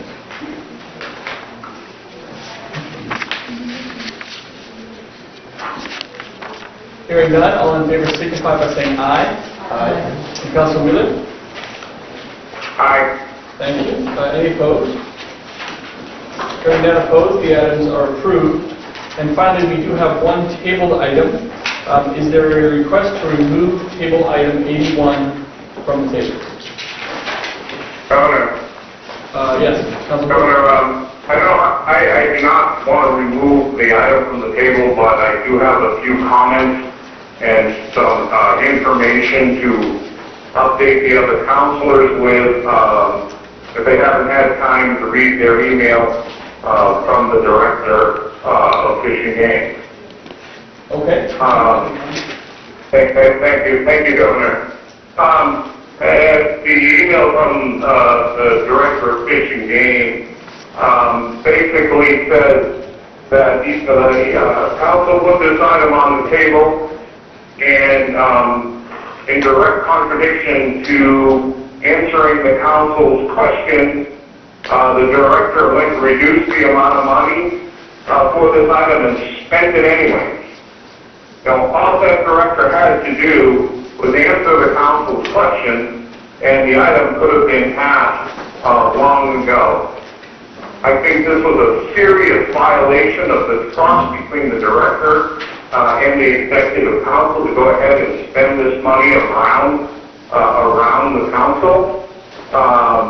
This was indeed a sole source contract, and there were questions about the bidding process and why it was a sole source contract. A simple pruning venture that could be done by hundreds of people in the state, and we only get one bid. Clearly, something was wrong there. There was no qualifications in this contract to tell us, how many trees we get pruned. It was just prune by the hour, and what you get done, you get done. And that themselves is no way to write a contract. Now, this money that he spent anyway, though, whole Friday, there was a contract for the money that he went ahead and spent anyways for pruning. But now we see in this morning's email that there is no contract. We don't know how much he's paying per hour. We don't know how many trees he's going to get pruned. So I guess I would ask that to stay on the table until I have time and I'm on my feet, and I will go out and investigate in the field how many trees get pruned, what we got for our money, how much we're paying per hour in this contract, or it isn't a contract, in this job that has gone around the council. And I need some answers on this. A serious violation of trust from the department. I've only seen this once before in 10 years, and this needs to stop immediately. Thank you, Councilor. Any other comments? Okay. Okay, so with that, we won't do anything with the actual item itself. I think I know there was a request by the department to actually remove the item, so we're going to have to talk to the department itself to see, and maybe the Attorney General, in terms of can the department remove something that the council wants to keep on the table. I'm not quite sure, so we'll double check with all that. But I appreciate, I think, all the comments that Councilor Wheeler expressed here in terms of removing items just to simply cut the contracts in half and avoid the council is always concerning. So with that, the item 81 will remain on the table. Any other discussion? There? Okay. So that concludes our regular agenda. There is a few informational items provided in the background, not many, but there's a few there, so if folks have any questions about that, feel free to ask. Down the road, Councilor Gatsas? Thank you very much. I just want to make sure that departments, because these are only informational items, aren't changing the scope of what we're looking at. Because there was an item that we approved in April the 3rd, 2019, was item 14. And that was about information on Malibu. And this looks like it's circumventing the proposal that we had from Malibu, and we haven't seen that report that they're doing. So I apologize, what item are we referring to? I'm sorry. I want to say it's A. Sure. That would be, I think it's lease of the bus station. No, that's John. Yeah, sorry. B would be, in a second. This was Mary Hitchcock, so that would be with Dartmouth. C. And C, with the $2 million protection prevention. That is, Hi. hi, Commissioner, how are you? Sorry. that is Manchester Public Health and National Public Health, because they're the only two public health entities in the state for contact tracing in case of escalation. So this has nothing to do with Canada. Which one had to do with that? On the informational items, I don't see anything in the Well, maybe it information. was the one that came before us last week. All I'm saying is, Yeah, find out. let's find out which one it is, for involved applicants, which one is the one that was changing that position, and why that report wasn't used to be spent $734,000. I'll need some more information from you, and then I can research it. Thank you. Okay. Great. Okay, Councilwoman? Just a reminder that our state employees work tirelessly through the pandemic and without a contract, and so any updates you can give us on the state employees' contract would greatly appreciate it. Okay. No, nothing to report. Anything else? Councilor Kennedy? I just wanted to thank Commissioner Stewart and her staff, fishing gang, local snowmobile clubs who did our annual Executive Council District 1 tour.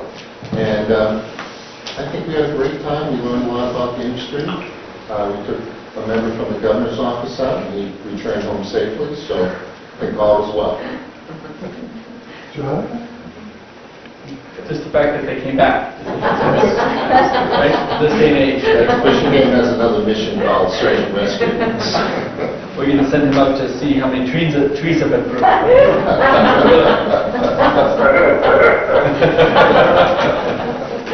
I'm actually getting pretty serious about that. But, okay, anything else?